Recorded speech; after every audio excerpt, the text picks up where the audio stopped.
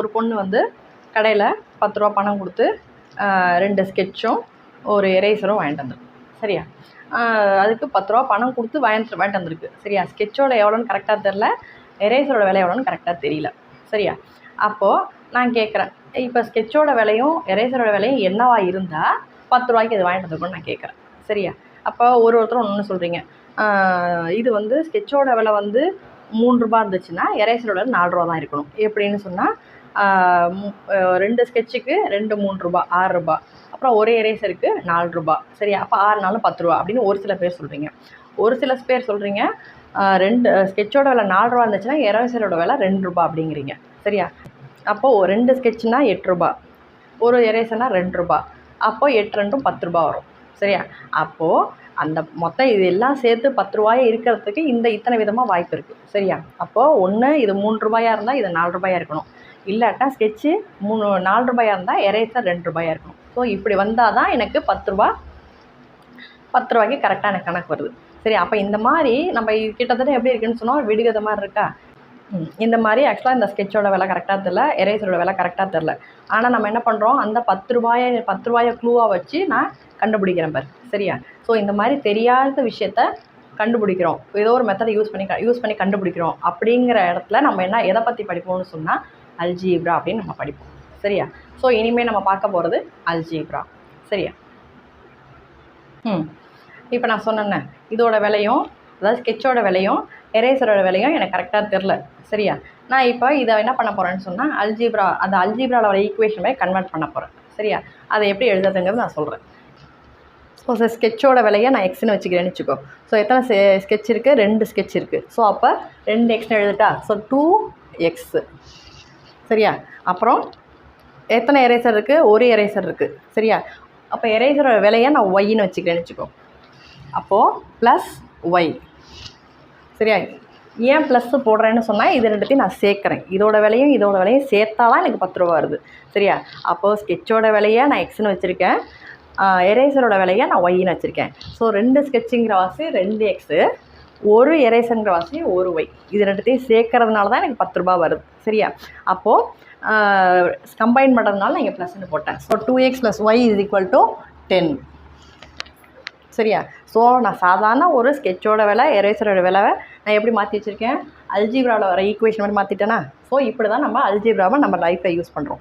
சரியா? ஸோ இந்த மாதிரி நான் மாற்றிட்டேன்.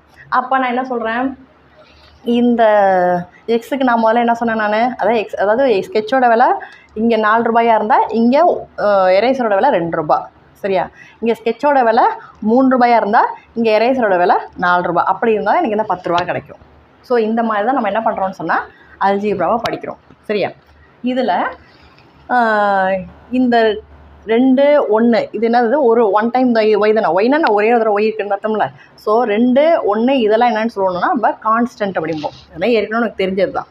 இந்த எக்ஸு ஒய்யெல்லாம் நம்ம வேரியபிள்னு சொல்லுவோம். சரியா?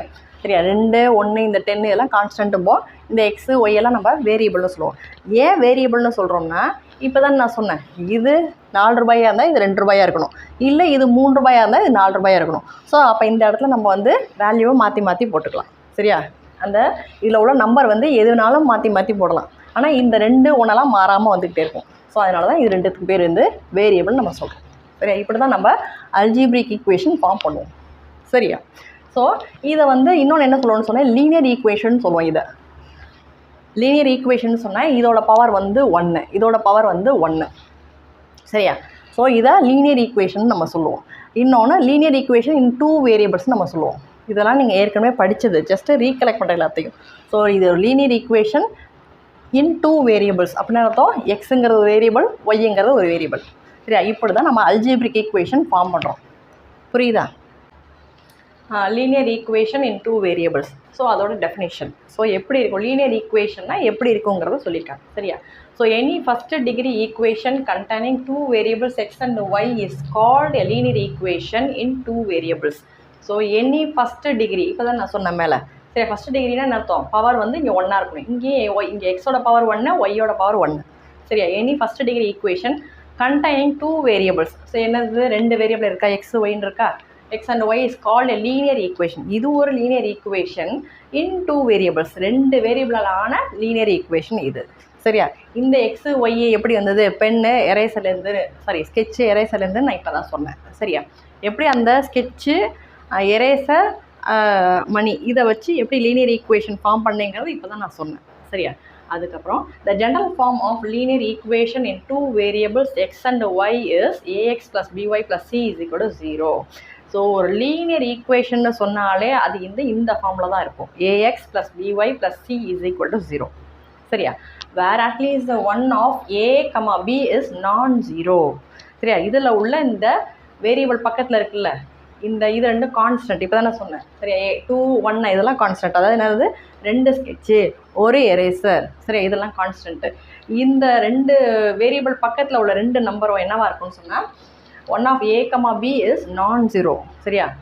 இது ஜீரோவாக இருந்தால் இது ஜீரோ. அதாவது என்ன அர்த்தம்னா, அதாவது ரெண்டுமே ஜீரோ ஆகிட்டுனா என்ன அர்த்தம்? இங்கே ஈக்குவேஷனே வராது. ஸோ எக்ஸ் இந்த 2 இங்கேயும் ஜீரோ இங்கேயும் ஜீரோன்னு வச்சுக்க.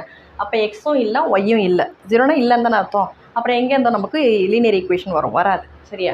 அதுக்கப்புறம் non zero and a comma b comma c are real numbers. A comma b comma c are real numbers.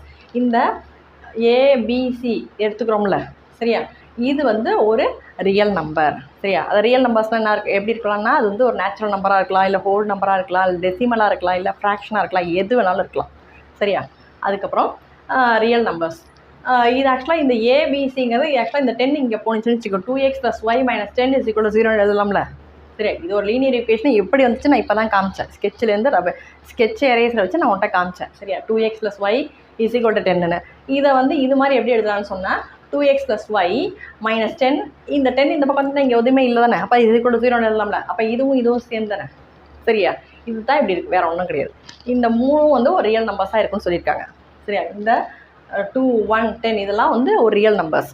அதுக்கப்புறம் note that linear equations are first degree equations in the given variables.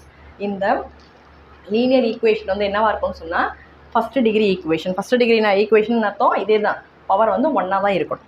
இந்த வேரியபிளுக்கு மேலே power இருக்குல்ல, அதெல்லாம் கண்டிப்பாக 1ஆக தான் இருக்கணும். சரியா?